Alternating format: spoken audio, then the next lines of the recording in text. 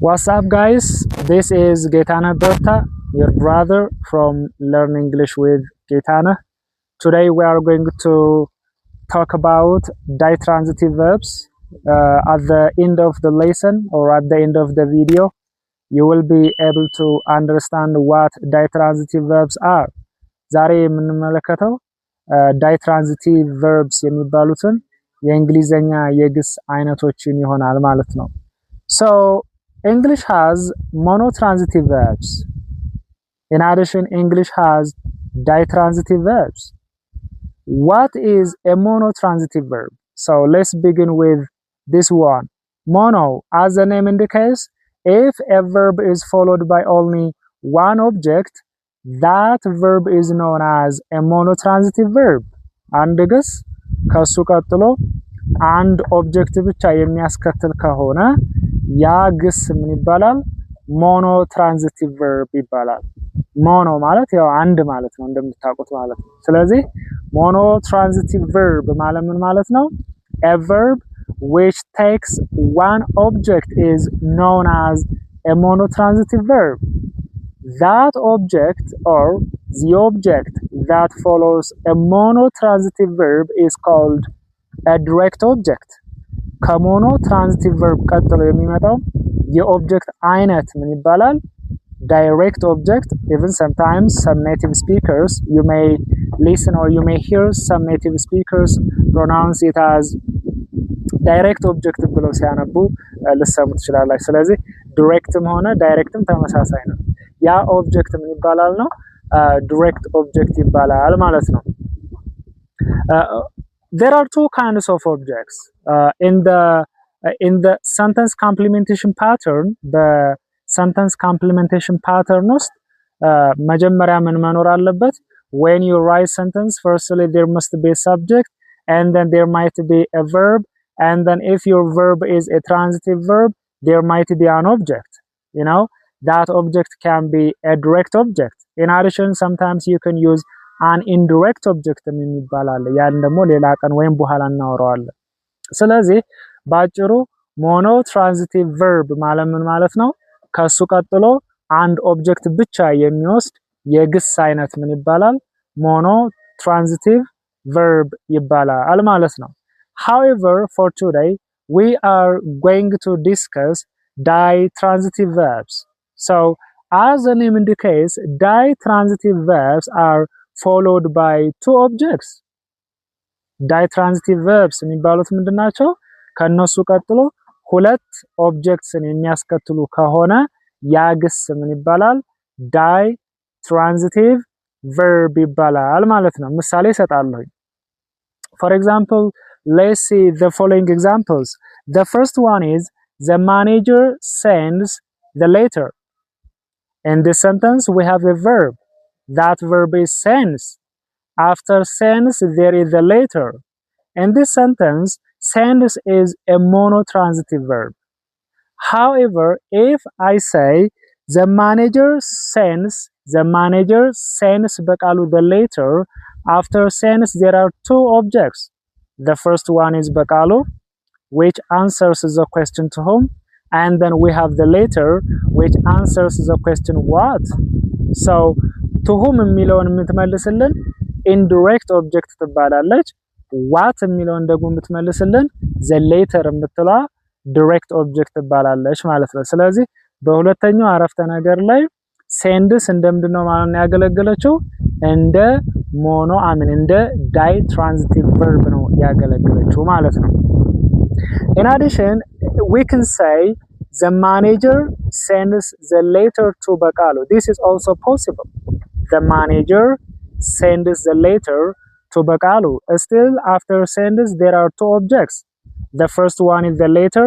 That is a direct object because it answers what. ምንጊዜም ልብ በሉ ዳይሬክት ኦብጀክት የሚባለው ምን የሚለውን ጥያቄ ይመልስልናል? what ወይንም whom የሚለውን ጥያቄ ይመልስልናል ማለት ነው። ስለዚህ when I say the manager sends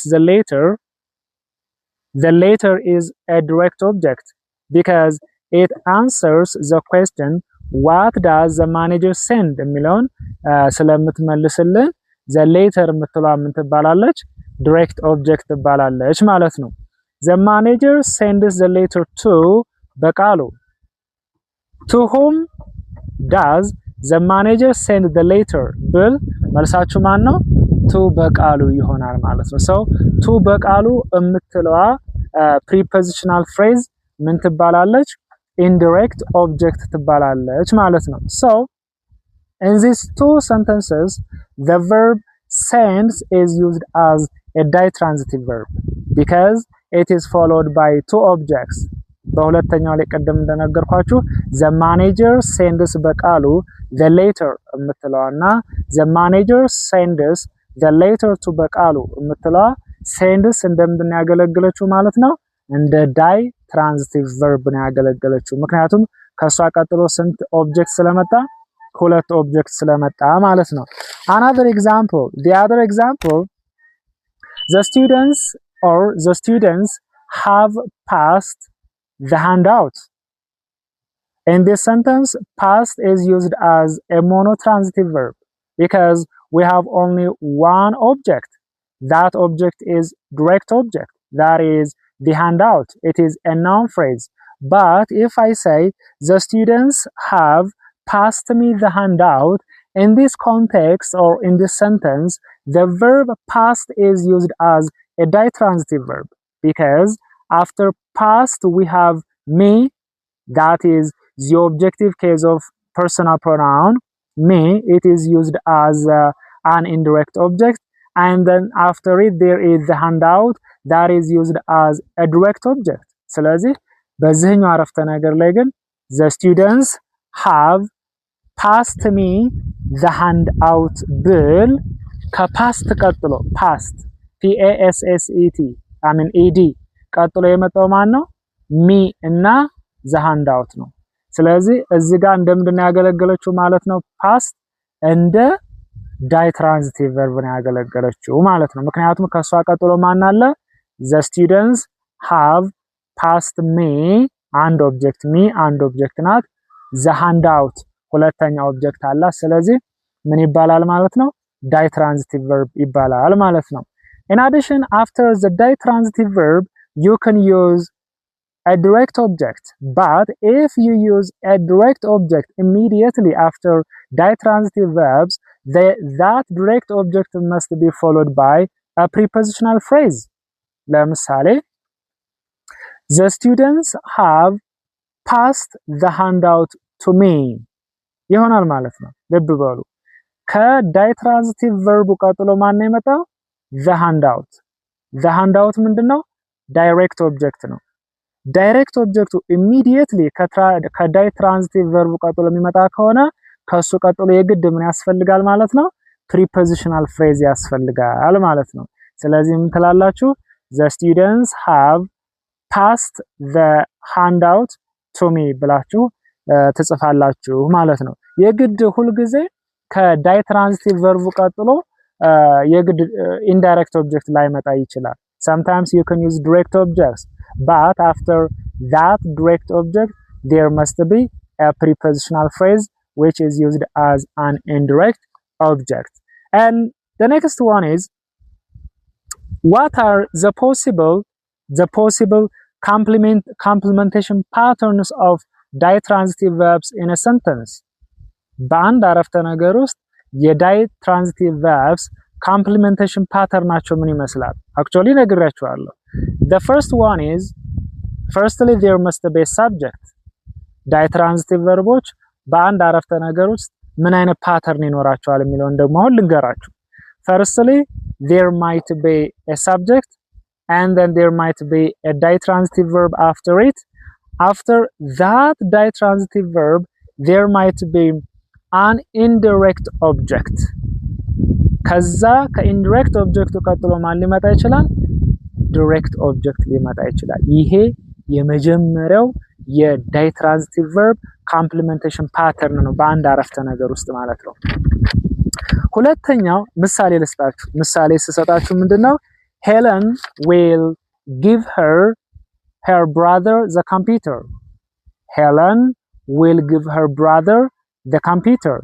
ዳይትራንዚቲቭ ቨርባችን ማን ነው? give ነው። indirect ኦብጀክታችን ማን ነው? her brother ነው። direct ኦብጀክታችን ማን ነው? the computer ነው። and the next one is my mother always reads my little brother bedtime story. So we have a ditransitive verb that is reads.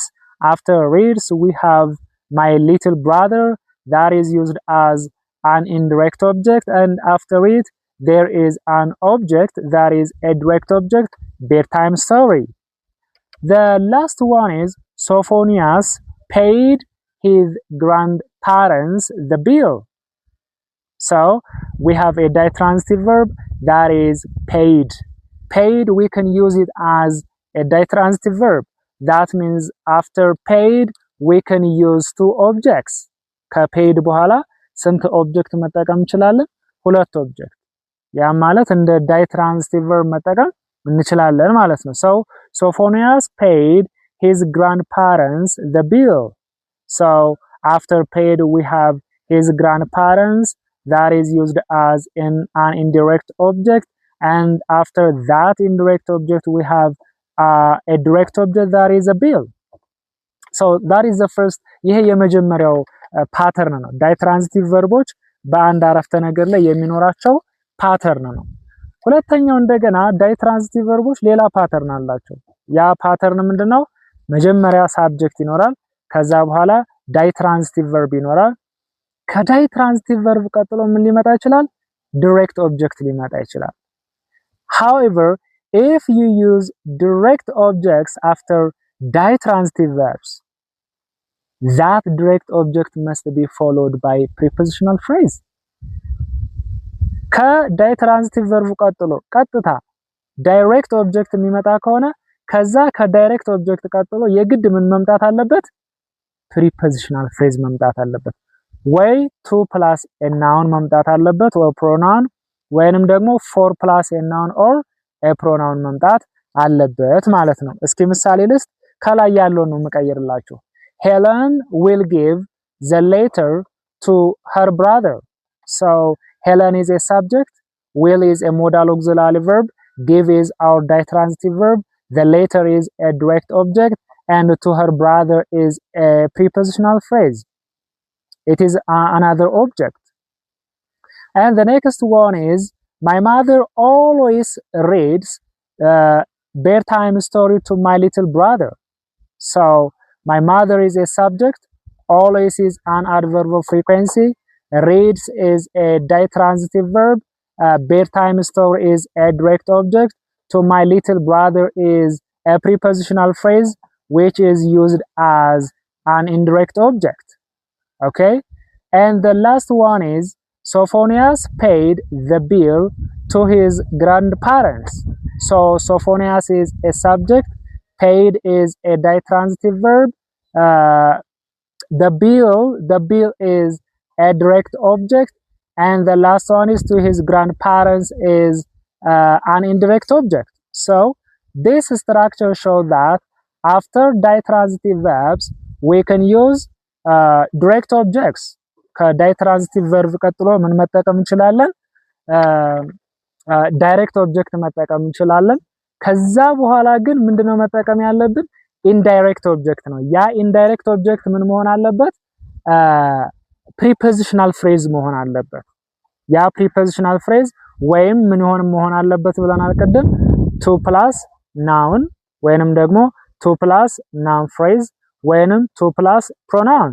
In addition, you can use 4 plus noun, 4 plus noun phrase, 4 plus pronoun መጠቀም ትችላላችሁ ነው። ስለዚህ ሁለት ፓተርን ሊኖረው ይችላል ነው። So to finalize, ditransitive verbs are followed by two objects.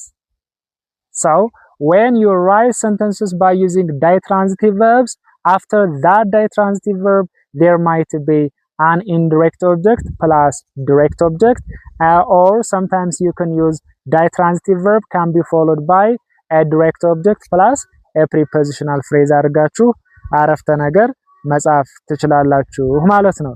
Okay, next time we will be talking about ditransitive verbs which take the preposition for after direct objects. Until next time, goodbye.